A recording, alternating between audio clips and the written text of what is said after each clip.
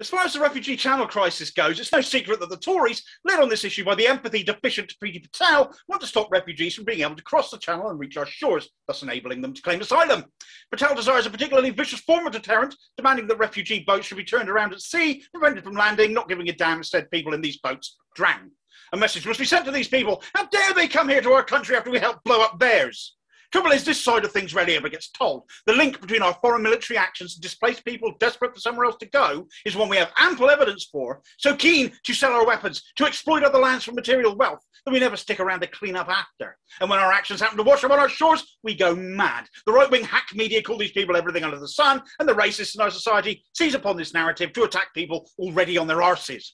We have a lot to answer for in this country, and as rough as life is for many of us here in the UK, there are those who've had it worse. And when we've had a hand in inflicting that upon them, we owe them. But as much as many of us thought nobody would pay heed to Patel, sadly it looks like they might have.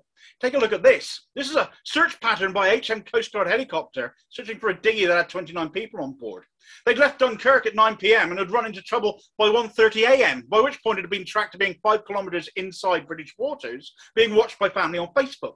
They rang the British Coastguard for help. They were told to ring the French. The French said, "We can't come in because you're in British waters." They repeatedly called the British, who were allegedly rude, and laughed at them. These people had their GPS location and were able to provide it.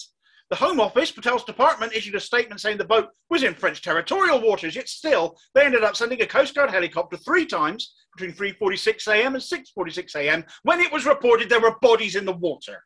The helicopter went out again the following afternoon, by which point it was 12 hours after the distress call was sent. For more than 12 hours, people left adrift in one of the busiest shipping lanes on Earth. By the time rescue came, there were just 2 survivors. 27 people died.